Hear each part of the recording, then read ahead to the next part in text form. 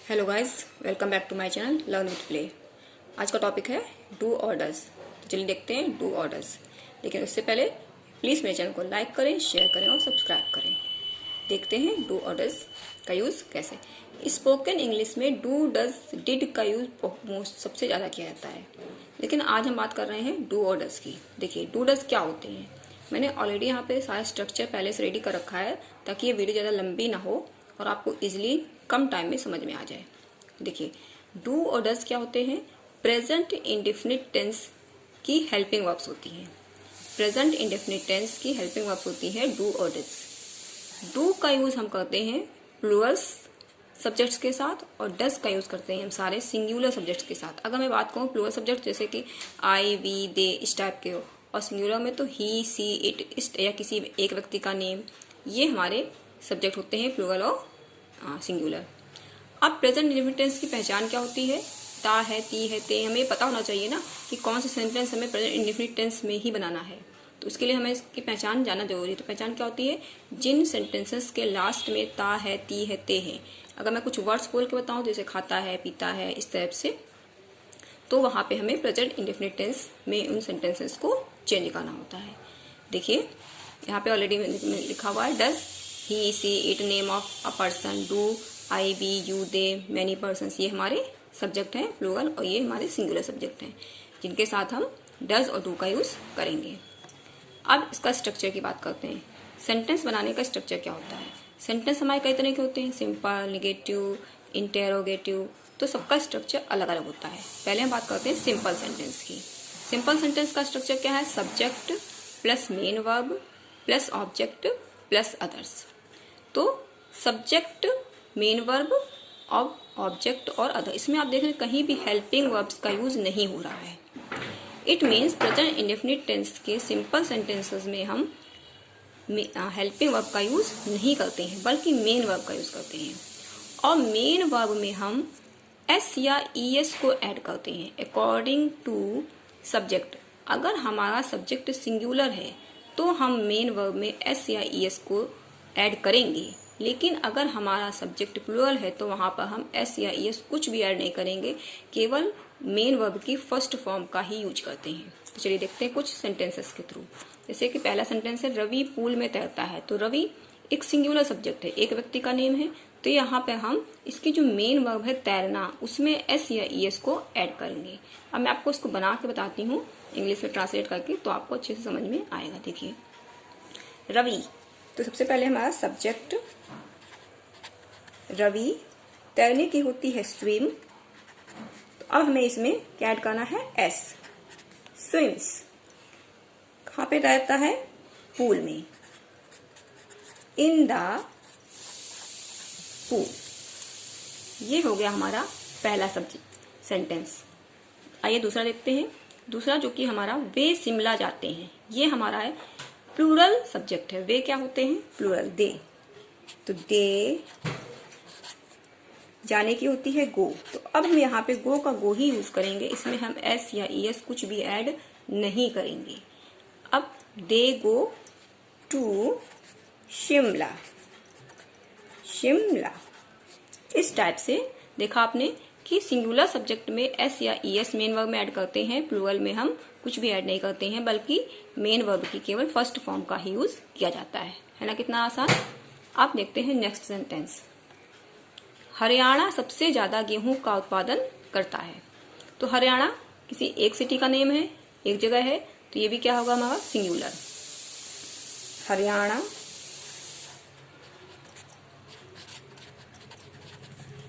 अब गेहूं का उत्पादन, उत्पादन करने की क्या होती है, प्रोड्यूस, प्रोड्यूस। अब यहाँ पे ये सिंगुलर सब्जेक्ट है, तो यहाँ पे क्या जाएगा, प्रोड्यूसेस। हमने एस को ऐड कर दिया। ठीक है। सबसे ज्यादा के लिए होती है, पहले तो हमने क्या लिखा, हरियाणा प्रोड्यूस पहले आएगा, फिर इसके बाद में वीट, वीट। अब सबसे ज्यादा मात्रा के लिए क्या हम यूज करेंगे, इन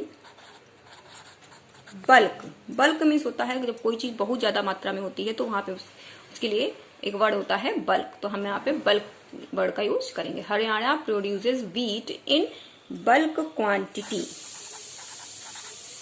क्वांटिटी। इसका मीन्स हो गया हरियाणा सबसे ज्यादा गेहूं का उत्पादन करता है।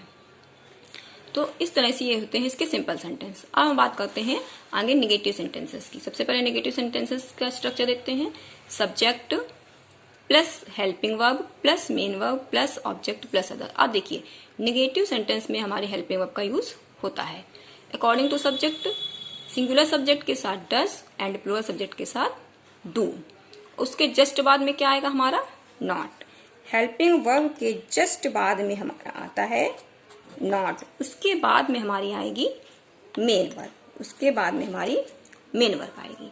अब मैं इसको ट्रांसलेट करती हूँ। जैसे रवि पूल में नहीं नहाता है, तो रवि अब सिंगुलर है तो डज नॉट सॉरी तैरता है स्विम। अब इसमें देखिए हम एस ई एस का यूज नहीं करेंगे, केवल वर्ब की फर्स्ट फॉर्म का यूज करेंगे, क्योंकि यहाँ पे हमने हेल्पिंग वर्ब का यूज किया हुआ है।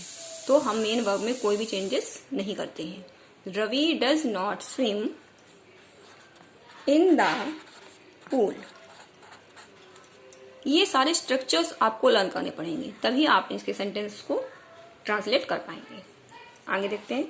अब एक सिंगुलर का लेते हैं example. They do not go to Shimla. तो यहाँ पे आपने देखा कि यहाँ पे भी मैंने गो में एस या एस कुछ भी ऐड नहीं किया है, केवल गो का गो यानी कि फर्स्ट फॉर्म यूज हुई है। इस तरह से हमारे ये निगेटिव सेंटेंस बनते हैं। अब आगे बात करते हैं हम इंटेरोगेटिव सेंटेंस की। तो देखिए इंटेरोगेटिव सेंटेंस हमारे दो तरह के होते हैं। एक सेंटेंस वो होता है जिसमें क्या वर्ड करके पहले यूज होता है, जैसे कि आप देख रहे हैं इसमें, तो क्या रवि पूल में नहाता है। और एक दूसरे टाइप के होते हैं वो जिनमें हम कब क्यों कैसे नहीं क्वेश्चन वर्ड का यूज बीच में किया जाता है। तो पहले हम देखते हैं फर्स्ट टाइप, जिनमें क्या वर्ड से जो स्टार्ट होते हैं। तो इसका स्ट्रक्चर क्या बनता है? उसमें हम सबसे पहले हेल्पिंग वर्ब रखते हैं, यानी कि डू और डज अकॉर्डिंग टू सब्जेक्ट। उसके बाद सब्जेक्ट आएगा, उसके बाद मेन वर्ब आएगी, उसके बाद ऑब्जेक्ट आएगा, उसके बाद में अदर्स आएगा। अगर मान लीजिए कि इंटरोगेटिव में इसमें ये तो इसमें नहीं का यूज नहीं हुआ, अगर इसमें नहीं वर्ड भी ऐड हो जाता है तो कैसे बनाएंगे? देखिए जैसे कि क्या रवि पूल में नहीं नहाता है, तब हम क्या करेंगे? तो तब हम यही स्ट्रक्चर सिर्फ यही रहेगा, उसमें हम नहीं यानी नॉट को ऐड कर देंगे। तो वो हम कहाँ पे ऐड करेंगे? उसको हम पहले क्या करेंगे? डू और डज, उसके बाद में सब्जेक्ट, फिर उसके बाद में मेन वर्ब से पहले नॉट का यूज करेंगे। मेन वर्ब के पहले नॉट का यूज करेंगे। अभी मैं आपको एक इसका सेंटेंस बना के बताती हूँ। पहले मैं आपको इनका बता देती हूँ। जैसे क्या है, तो क्या के लिए डज अकॉर्डिंग टू सब्जेक्ट की रवि सिंगुलर है, तो डज रवि। अब इसमें दिया है नहाना, वहां पे मैंने तैरता, यहाँ पे मैंने नहाना लिख दिया है। तो डज रवि नहाने की होती है take a bath in pool. ठीक है। अब देखिए दूसरे में मैंने यहाँ पे नहीं का यूज किया है। क्या वे शिमला नहीं जाते हैं? तो अब यहाँ पे अकॉर्डिंग सब्जेक्ट वे दे के लिए क्या आएगा? Do they. अब यहाँ पे हम नॉट लगाएंगे, दे डू दे नॉट। अब मेन वर्ब आएगी गो टू शिमला। इस तरह से ये हमारे interrogative first type sentence present indefinite tense में ट्रांसलेट किए जाते हैं। अब बात करते हैं इंटेरोगेटिव सेकंड टाइप के। अब इनमें क्या होता है? सबसे पहले जो क्वेश्चन वर्ड यूज हुआ था उसकी हम इंग्लिश पहले लिखते हैं, उसके बाद में हमारी हेल्पिंग वर्ब आती है, उसके बाद में सब्जेक्ट आता है। अगर इसमें भी अगर नहीं है तो सब्जेक्ट के बाद में नहीं आएगा। अगर नहीं है सब्जेक्ट के नहीं अगर यूज नहीं हुआ है तो मेन वर्ब आएगी, ऑब्जेक्ट आएगा और अदर्स आएगा। देखिए रवि तो डज सॉरी यहाँ पे क्या है? क्यों। वाई। अब क्या आएगा हमारा? Helping verb. तो वाई डज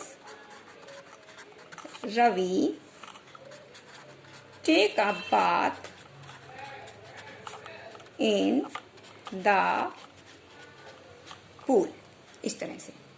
अब देखते हैं अगला।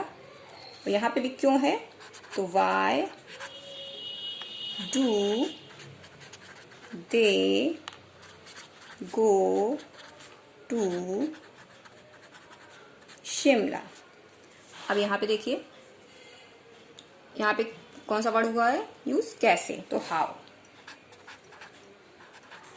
हाउ डज हरियाणा प्रोड्यूस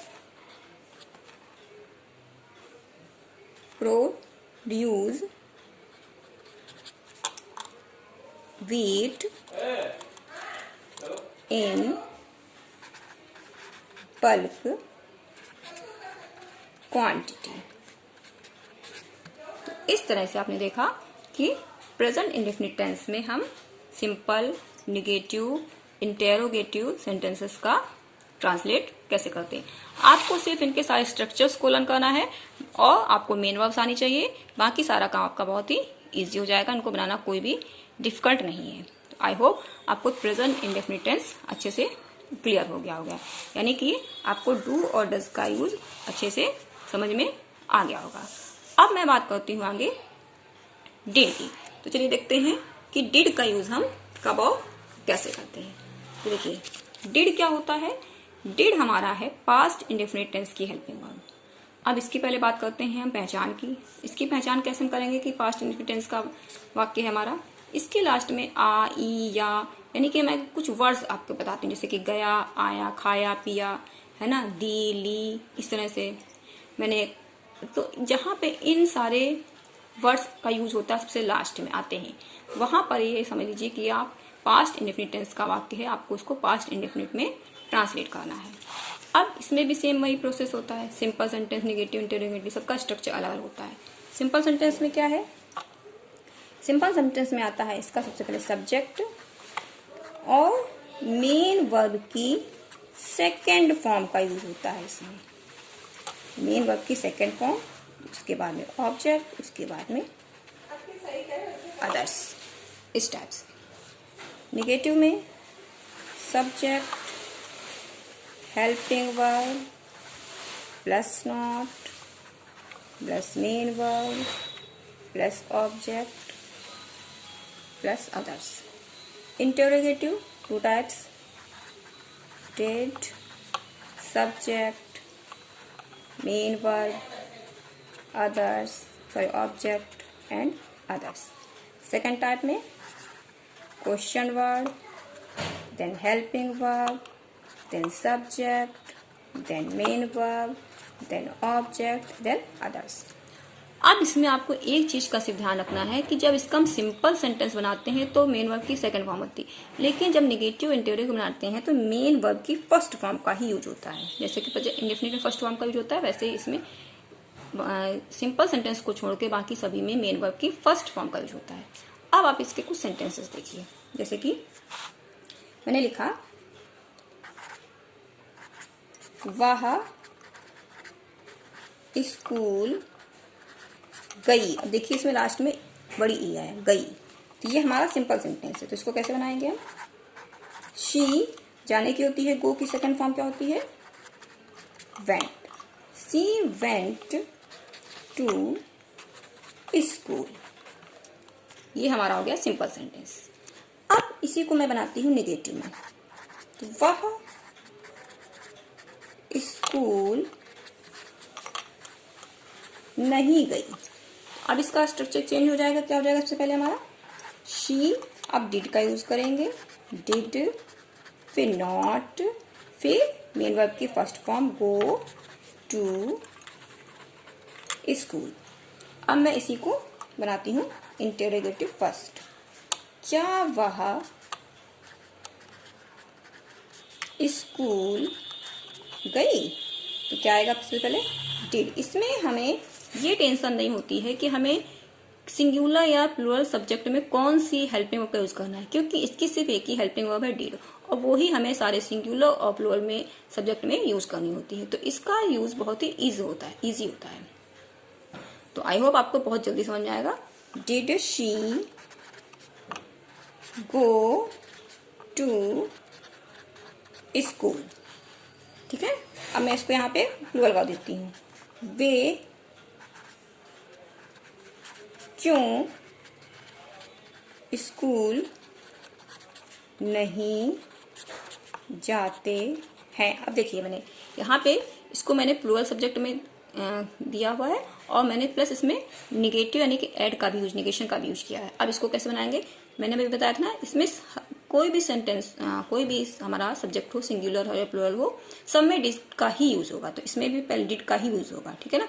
लेकिन सबसे पहले क्या आएगा, क्वेश्चन वर्ड। क्वेश्चन वर्ड क्या है हमारा, वाई दे। अब उसके बाद में क्या आएगा, नॉट, क्योंकि इसमें निगेशन है तो नॉट, सॉरी वाई के बाद यहाँ पे डिड आएगा। Why did they not go to school. इस टाइप से आपने देखा कि डिड का यूज बहुत ही सिंपल है, क्योंकि डिड में हमें टेंशन ही नहीं है कि किस सब्जेक्ट के साथ हमें कौन सी हेल्पिंग का यूज करना है और कौन सी फॉर्म का यूज करना है, क्योंकि सारे सब्जेक्ट के साथ में डिड का यूज करना है। डिड के साथ हमें प्लस मेन वर्ब की फर्स्ट फॉर्म का ही यूज करना है। केवल इसके सिंपल सेंटेंस में हमें वर्ब की सेकेंड फॉर्म का यूज करना होता है। तो आई होप आपको ये डू, डज और डिड में डिफरेंस क्लियर हो गया होगा और इनको बनाना बहुत ईजी है, इनको बोलना बहुत ईजी है। तो चलिए मिलते हैं अपने अगले वीडियो पे, तब तक के लिए बाय बाय, थैंक यू।